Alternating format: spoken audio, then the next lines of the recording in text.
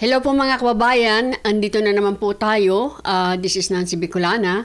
Ngayon po pag-uusapan natin itong, di ba kahapon po na upload natin yung tungkol dito sa bakit si Senator Lacson ay pikon na pikon siya kaya Senator Amy Marcos kasi nga po si Senator Amy ay panay daw ang salita tungkol dito sa 2026 budget. Di ko rin po kasi maintindihan kung bakit nagagalit sila. Kasi hindi naman po si Senator Amy lang naman ang nagrereklamo dito eh. Kasi siguro dahil bago po itong usapang budget, naririnig na natin itong sila Senator Soto, sila Sherwin Gatchalian, itong sila, lalo na itong si Senator Lacson. Kung hindi ako nagkakamali, ay talagang parang proud na proud siya na talagang babantayan nila yan. Siguro, napipikon sila kasi talaga naman pong hindi nila nabantayan mga kababayan eh. Pero ang kanilang ipinagmamalaki na napakalinis daw po nitong 2026 budget dahil daw ay nilagyan na raw po ng provision, nilagyan na raw po ng safeguard. Kaya nyo nga nilagyan ng provision, nilagyan nyo nga ng safeguard dahil hindi nyo nga nabantayan. At kung mapapakinggan po natin yung sinabi ni Senator Marcoleta na, akala ko ba, Chairman, nasuyod na natin ito, di ba? Kumbaga natanggal na yung mga dapat tanggalin. Kung noon kasi mga kababayan, lalo na ito, kung hindi lang ako nagkakamali, kung tama ala yung aking alaala, na mayroong isang senador nagsabi na tatanggalin natin yung unprogrammed fund na yan. Hindi ko lang matandaan kung sino nagsabi niyan, pero hindi rin naman nila natanggal, di ba? At saka mga kababayan, yung kanilang kakapagmalaki noon, tatapang pa nilang magsalita na wala na. Hindi na makakalusot, talagang babantayan natin yan.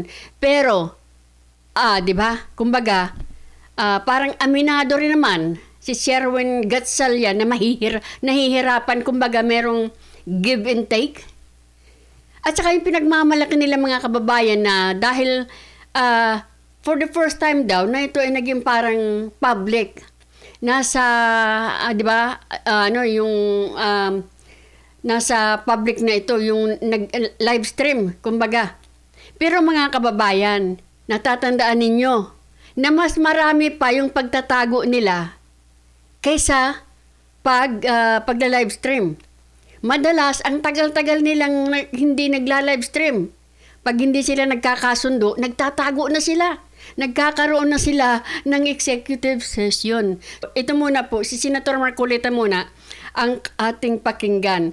Na-record ko ito last week pa, pero sobrang busy nga po. At dito, sabi ni Senator Marcoleta, pa dito ha, bakit yung galing sa NEP, yung panukala ng isang presidente ay ikaw pa rin ang nagbito. Ano yun? Pakinggan po natin. Ito rin yata ang reklamo o napansin ni Congressman Erese na bakit yung NEP mo, yung priority bill mo, yung funding mo, galing sa'yo, ikaw ang nagpanukala. Hinahayaan mong kunin at ilagay sa unprogrammed fund. Tandaan po ninyo yung last time nating ewan ko kung kailan ko pa na-upload yun. Okay sana kung hindi mo napansin yan once. Di ba yung modus na ina-upload ko, hindi mo sana napansin yan once na kinuha yung NEP mo, yung for priority bill mo. Yung panukala mo, kinukuha nila at nilalagay sa program fund. Kung yun ay nakalusot ng isang beses, okay lang sana. Pero parang 3 beses, hindi mo alam. At natandaan po ninyo si Senator Subiri. Mayroon siya sinasabi noon, kaya wala pong flagship itong si Pangulong Marcos, kasi pinagkukuha. Ba't hinahayaan ni Bongbong na kunin? At 3 times in a row. Diba? 23, 24, and 25, pinabayaan mo. Tapos sasabihin mo, wala akong kinalaman dyan. Dito lang muna tayo kay Senator Marcoleta. Pakinggan po natin siya. Hindi ba pwedeng yung ating budget, may chance pa ba? Yung ating ipinasang budget, ipailaan na lang natin dito sa mga proyektong ito? Yun nga yung pinipilit natin, Jen, di ba kaya tayo nagbabudget para sa ganun. Kapag ka yung budget planning natin ay hindi man perpekto pero naayos natin mabuti, aba, magsisimula dyan ng napakaraming positibong bagay. Di ba? Opo. Hindi yung iniisip natin na, ang sabi nga namin noon, ito yung ating pagsisikapang suyurin. Ano? Ano ba yung fine-tooth comb? Opo, sinuyod ng gusto yung ano. Ano yung fine-tooth comb? Suyod. Suyod, di ba? Opo, suyod. Suyod. Oh. Di ba pagka sinuyod mo yung Yan. hindi lang kuto pati lisa. lisa, Yung tangay. pinakamaliit na insekto na maaaring Nasa ulo. nagbibigay sa iyo ng iritasyon araw-araw. Susuyurin mo, ganun. Ang sabi ng mga kasama ko, susuyurin natin yung budget na yan. Ayan. Yes. Para lahat ng irritants. Tanggal. Maalis. Yan. Kasi ako naman, gusto, okay, sige. Magsasama tayo dyan. Ayan. O dinasuyod nga namin. Sabi ko nga sa iyo, yung version namin, hindi rin naman perpekto. Wala naman perpekto rito. Totoo. Kaya lang, sa tingin ko, talagang marami kaming nasuyod. Ha? O di, nung butuhan na nung aming Senate report, committee report, yes kagad ako. Mr. Sa part ng President, Senado po yan, ha? Sa part- yung version namin, Opo, kasi sa Senado. yung version ng House of Representatives, dinala sa amin. Opo. Sinuyod namin. Yeah. Siyempre, yung leader ng susuyod, si Senator Wing Gatchalian, Gatchalian. opo. Nandun naman ako. Di ba palaging magkasama kaming dalawa na lang natitira eh. O di, nasuyod namin yung karami. Marang hindi namin lahat na perfect, sabi ko nga. Pero medyo masaya na ako.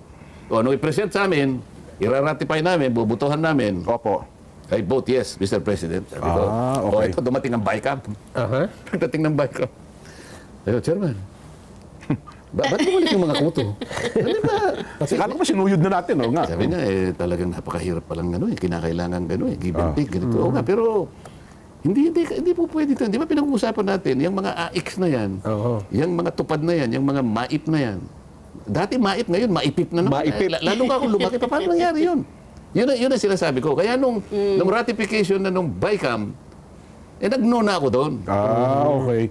Dahil nga, hindi, sabi niya, pabayaan mo kasi maring kakaroon pa naman ng bito yan. Baka ibito ng Pangulo yung mga ayaw mong mangyari dyan, sabi niya.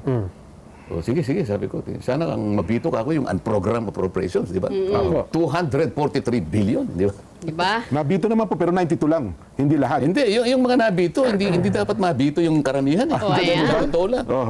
Magtataka ka, ba't niya binito ito? Siya mismo nagpanukala. Nasa NEP lahat yun eh.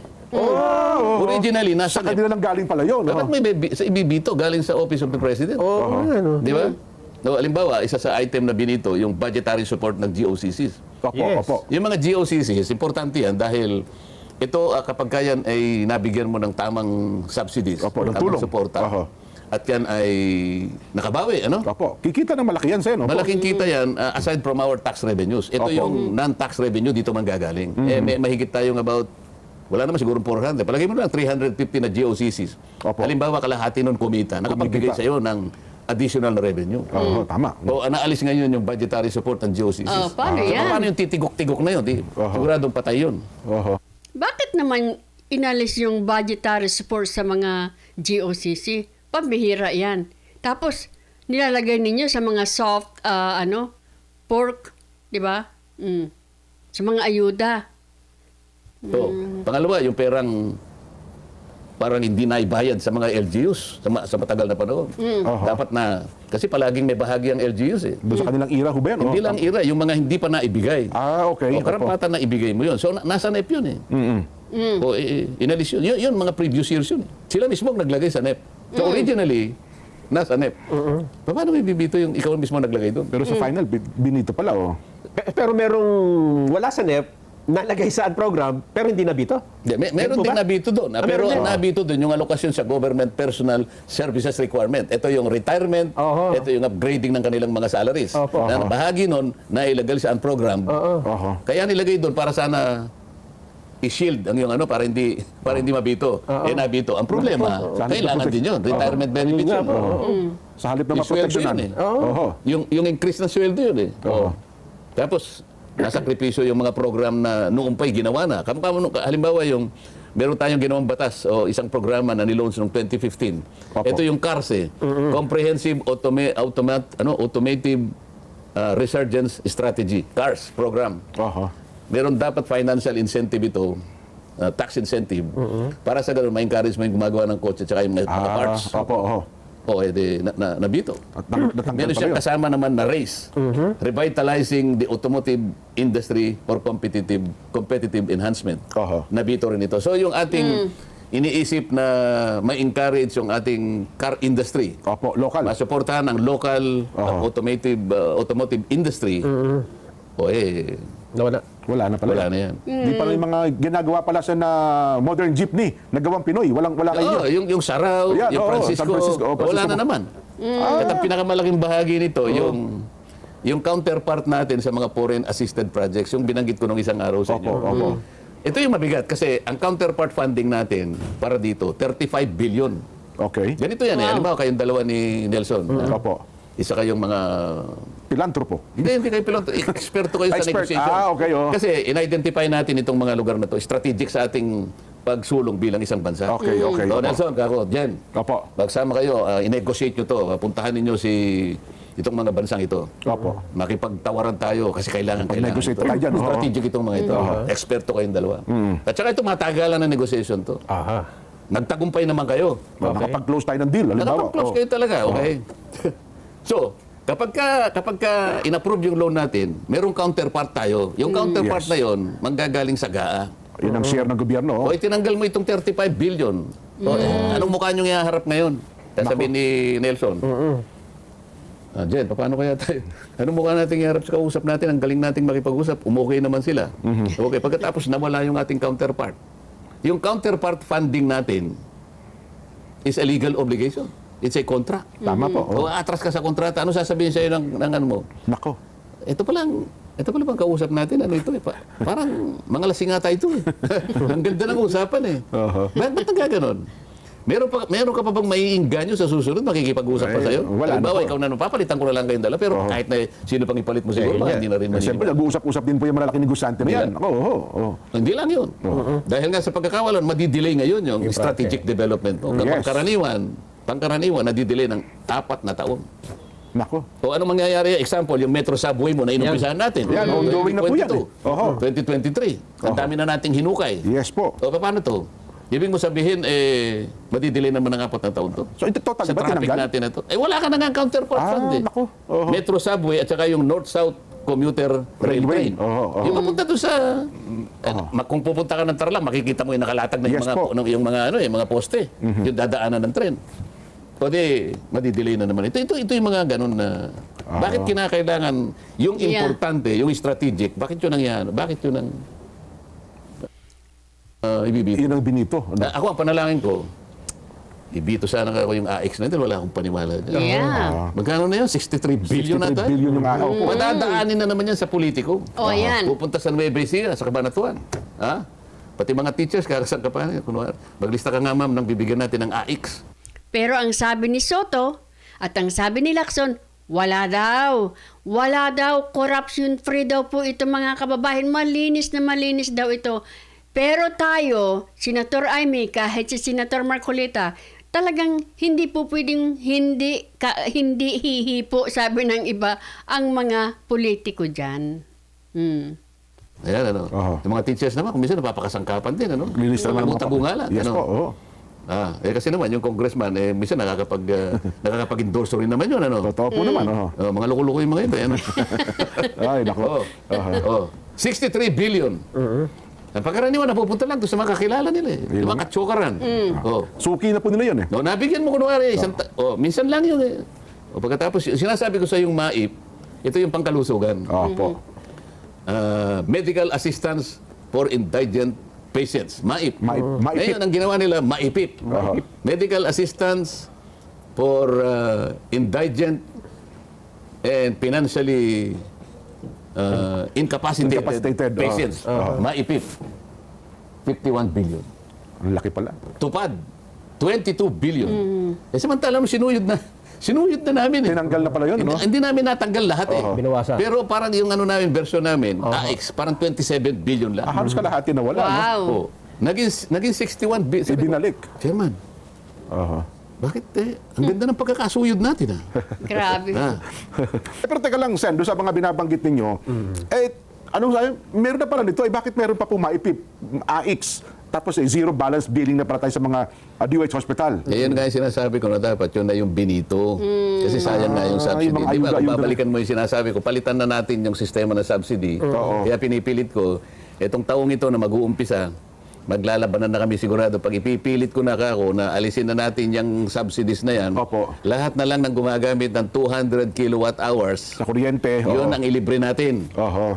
O, dire-diretso yun. Matatarget mo talaga yung mahirap. So, kahit na halimbawa, pagpalagay natin yung median ay 2,500 pesos. Yun ang kanyang naililibre sa bawat buwan.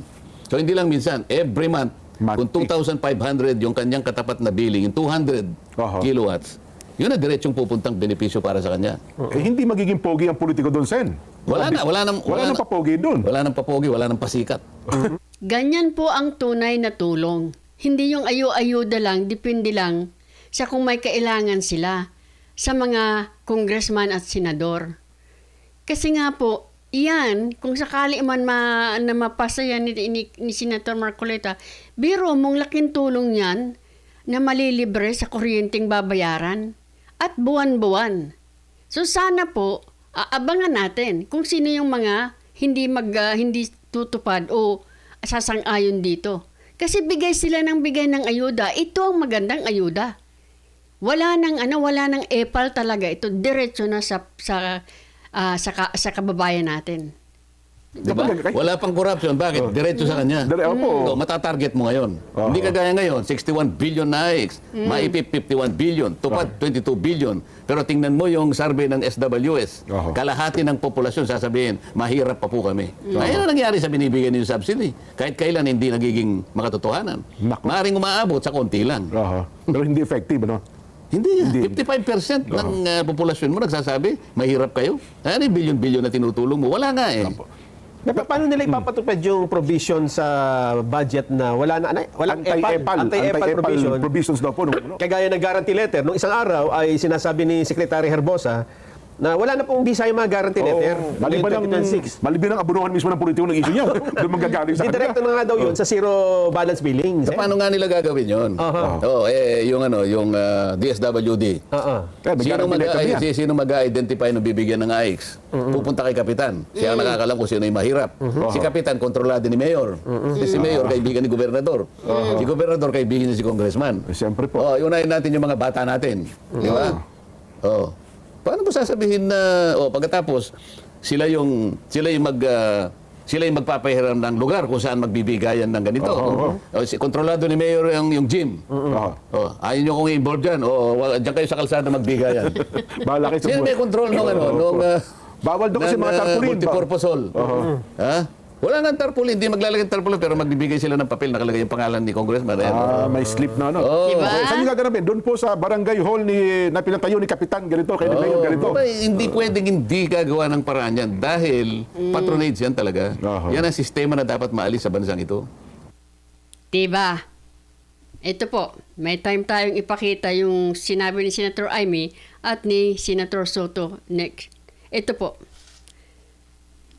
Kaya nga po, sinasabi natin, hindi naman sila dapat kailangang magagalit kay isa mga pumupuna. Kasi parang pinagluloko nila tayo na hindi na raw, talagang hindi na ito makakapitan, mahahawakan, malalapitan ng mga politiko. Tama naman si Senator Marcoleta. Yun doon sa barangay. Mayroon silang mayor. Yung mayor, hawak ni governor. Yung governor, hawak. Diba? Ipakita ko po sa inyo. Ang sinabi kasi dito, di ba? Sabi dito, ito muna, bawal ang guaranteed letter, di ba? Ito. Kaya bago natin pumunta tayo kay Senator Soto at kay Senator Amy, ito. Pakinggan nyo. Bawal na sa ilalim ng 2026 budget ang guarantee letters ng mga politiko para sa ayuda ng gobyerno. Ang problema, wala pang bagong guidelines para rito. Yan ang agenda report ni Ivy Reyes. Ibig sabihin, since nawala pang guidelines, tuloy-tuloy pa rin as usual. 'Di ba? Hanggat mabigyan sila ng guideline. Hanggat walang panibagong implementing rules and regulations ng MyFIP o Medical Assistance for Indigent and Financially Incapacitated Patients ng Department of Health, mananatili raw ang kasalukuyang guidelines ng programa kung saan nag-i-exist pa rin ang guarantee letters na nanggagaling sa mga politiko. Pero, nang linawin ng media kay Health Secretary Ted Herbosa kung kikilalanin pa ang mga guarantee letter na ito, The law actually prohibits a guarantee letter. Of course, if you write me a letter and you want someone, the DOH, to help your constituent, we will help them. Kita nyo na. O, iba-iba yung sagot, di ba? Wala pa raw pong guideline. So, habang wala pa, tuloy-tuloy pa rin. Nang nilinaw, of course, sabi niya, hindi na nila, kumbaga, i-honor yung guaranteed letter.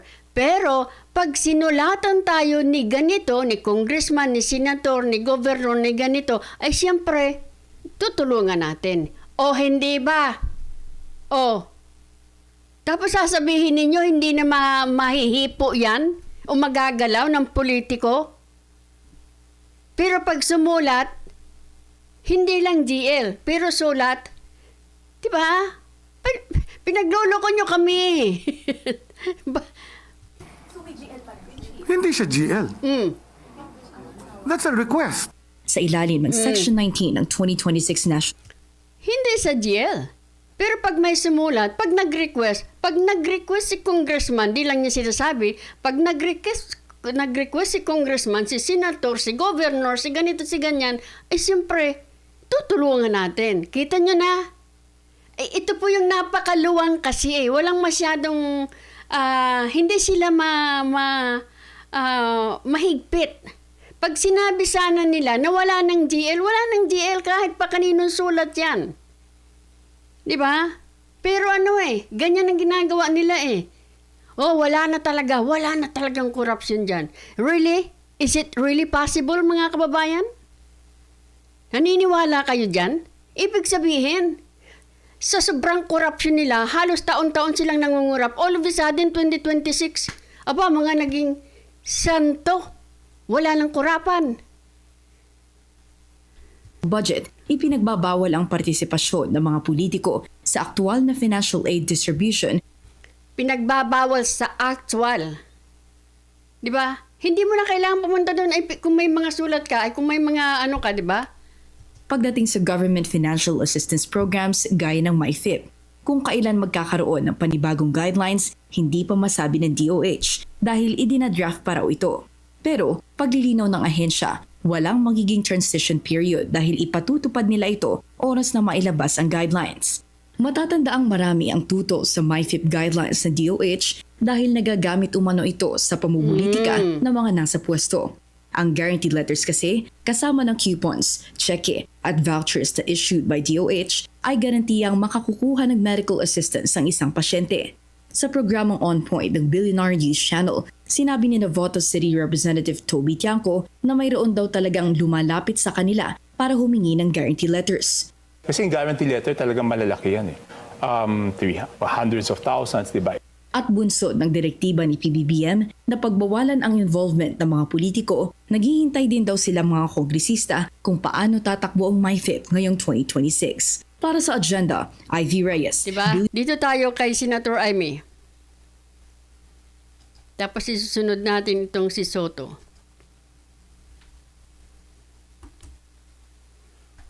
Muling bumanat si Senator Amy Marcos kaugnay sa 2026 national budget. Posible raw gamitin ang mga pondong pang-ayuda para ipa-impeach si Vice President Sara Duterte. Live mula sa TV5 Media Center, nangunguna sa balita si News 5 Senate Correspondent Mean Los Baños. Mean, paano raw magagamit itong ayuda para pagulungin naman ang impeachment complaint? Gigi, naghihinala nga sa Senator Amy Marcos na baka kaya daw nagmistulang giniling na baboy yung 2026 budget ay para baka daw magamit sa ilang politikal na aktibidad. Kabilang na dyan yung 2 eleksyon na gagawin ngayong taon, yung BARM at barangay elections, at baka pati daw doon sa pagpapagulong ng impeachment complaint laban kay Vice President Sara Duterte. So himayin natin, paano ba mangyayari yan? Ang sinasabi kasi ni Senator Amy, tinapyasan ng budget yung ilang ilang malalaking proyekto ng ating ilang ehensya ng gobyerno at dinala o inilipat doon sa ilang mga ayuda na tinawag niyang soft pork. So ano-ano ba yung mga soft pork, Jiggy? Nandyan yung AIX o yung Assistance to Individuals in Crisis Situation. Nandyan yung TUPAD o yung tulong para sa mga displaced workers at nandyan din yung MAIFIP o yung medical aid. Kasama na rin yung mga farm to market roads. Isa rin yan sa tinukoy ni Senator Amy Marcos na questionable. May nakuha nga raw siyang impormasyon na di umano na pangakuan na raw ng soft pork yung ilang mga kongresista na magmumula sa pondo ng ayuda, kasama na nga dyan yung mga farm to market roads. Gayunpaman, mismo si Senator Amy Marcos, dahil bahagi siya, Jiggy, at miyembro siya ng Bicameral Conference Committee na nagsinsin dyan sa budget na yan, natanong natin siya, so may pinag-usapan bang impeachment nung binubuo niya yung budget? Sabi niya, wala. Wala rin naman talagang napag-usapang politika or impeachment nung binubuo nila yung budget. Pero until now, nagtataka daw siya bakit sangkatutak na ayuda yung nakapasok sa 2026 budget at kung magagamit ba yan sa pamumulitika. Narito ang bahagi ng pahayag ni Senator Amy Marcos. Napipilitan lang ako at talagang maging malisyoso. Ang totoo, hindi naman talaga napag-usapan sa budget.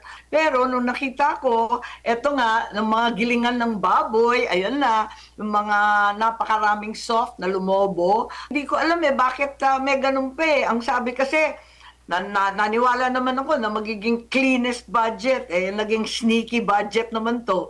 Bakit ganun? So, bakit ginigiling ang pork kundi para pagulungin ang impeachment? Kaya yun nga, nagtataka ako bakit ganon.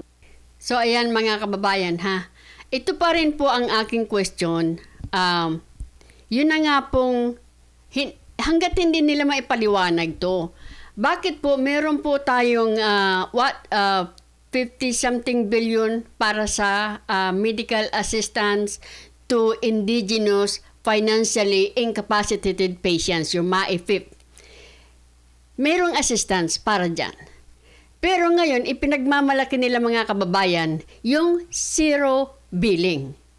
So, meron silang zero billing, meron pa silang medical assistance to indigenous financially incapacitated patient. So, ano yun? Doble? Diba? Meron na kayong zero billing, meron pa kayong medical assistance.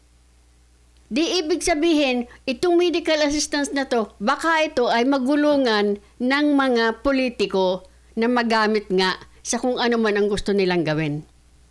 At saka isa pa mga kababayan, ang pinagtataka ko, bakit po nagdublihan, kumbaga naglakihan ang pundo ng TUPAD at ng AIX?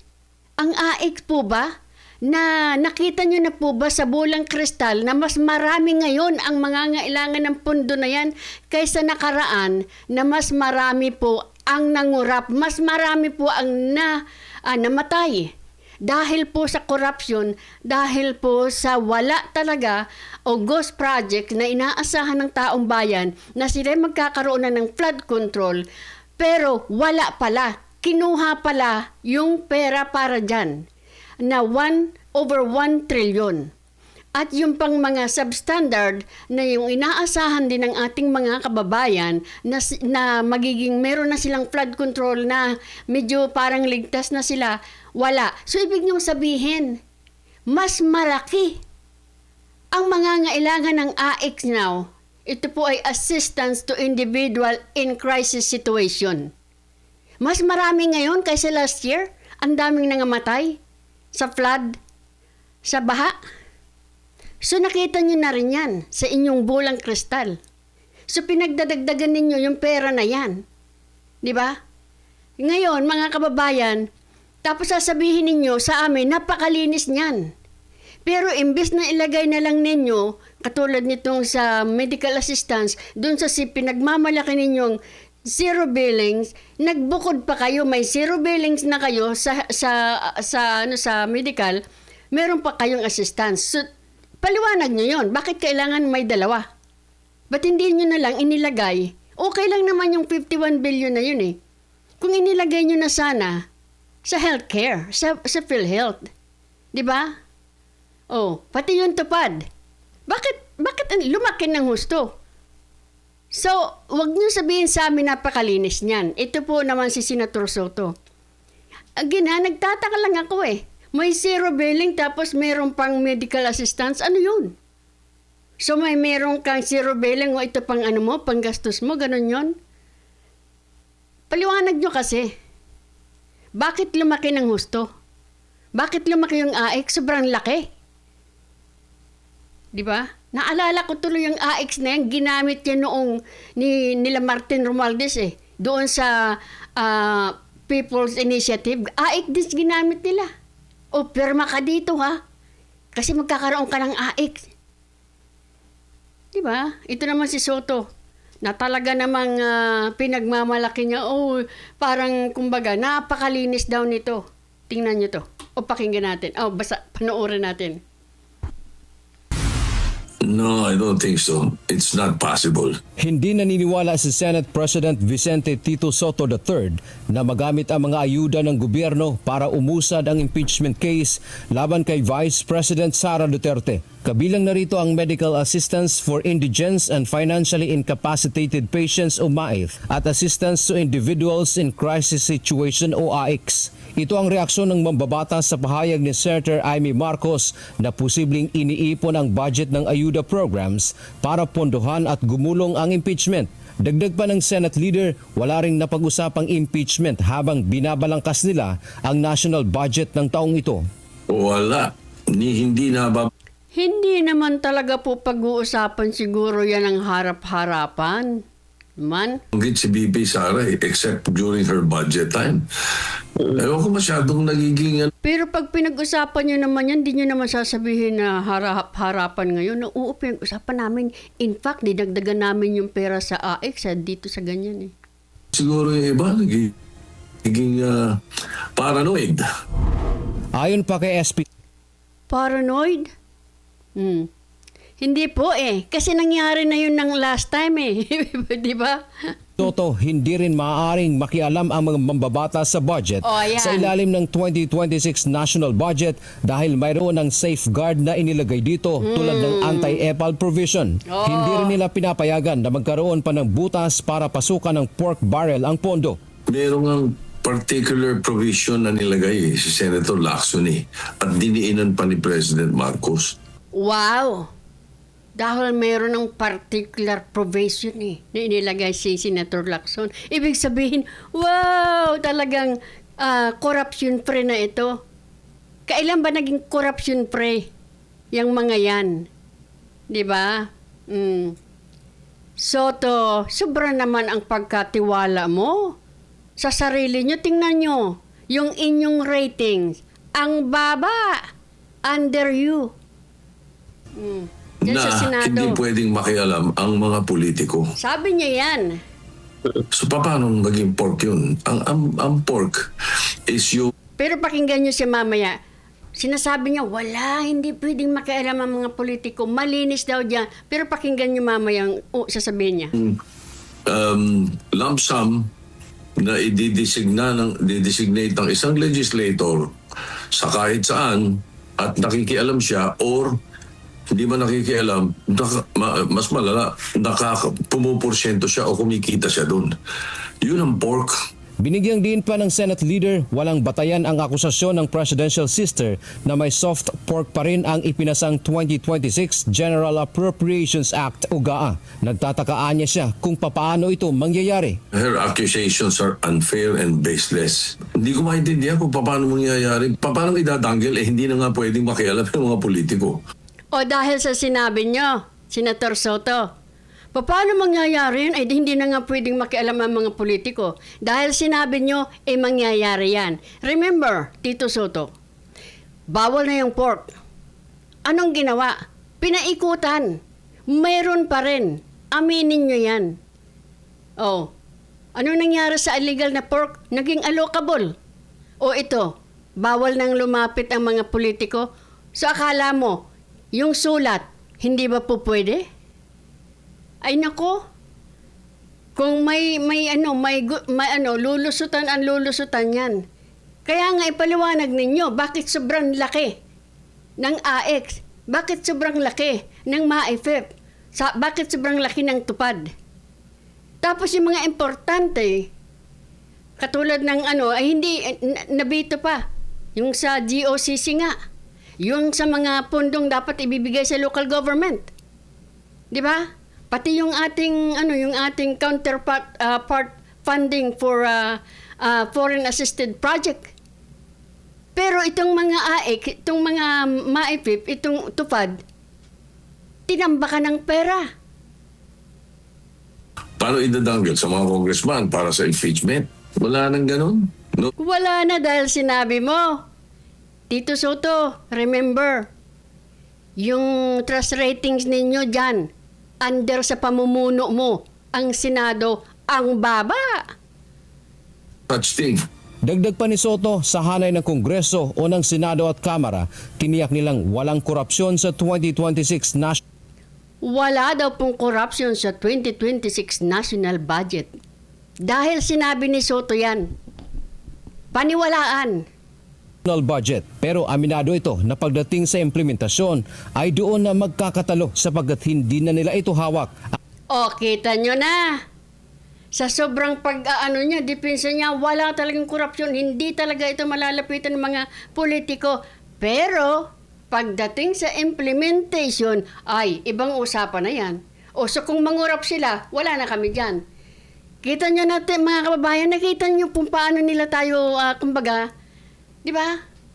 Ginaganon-ganon yung ulo natin. Oh. Wala ng korupsyon dyan. Napakalinis niyan.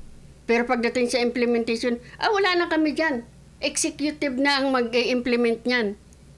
O di nasaan yung sinabi mong napakalinis nito?